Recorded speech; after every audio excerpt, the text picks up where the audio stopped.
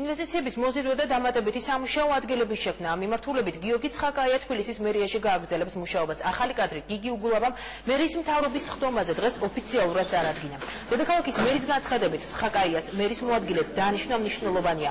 უგულავას თქმით, ამ სფეროში მისი მუშაობა ისეთივე წარმატებული იქნება, როგორც შემოსავლების სამსახურში იყო. გიორგი ცხაკაია დედაქალაქის მერიაში მუშაობას ოფიციალურად დღეიდან შეუდგა, მანამდე კი შემოსავლების სამსახურს ხელმძღვანელობდა.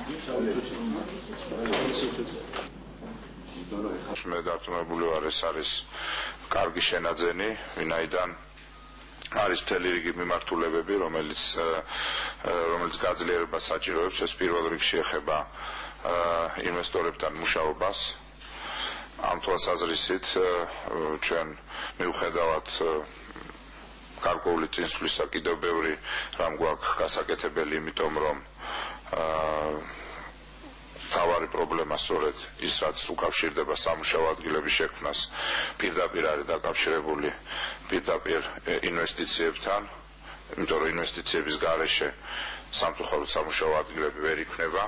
ამიტომ ჩვენი მთავარი ამოცანა სწორედ არის ვემუშაოთ ინვესტორებს. ძალიან საინტერესო პროექტები მიმდინარეობს, დარწმუნებული ვარ, რომ სამომავლოდ კიდევ ძალიან ბევრი იქნება და ჩემი ასე ვთქვათ მუშაობით რაღაც პროდუქტიულობას შევძენ მერიას, წარმატებული იქნება.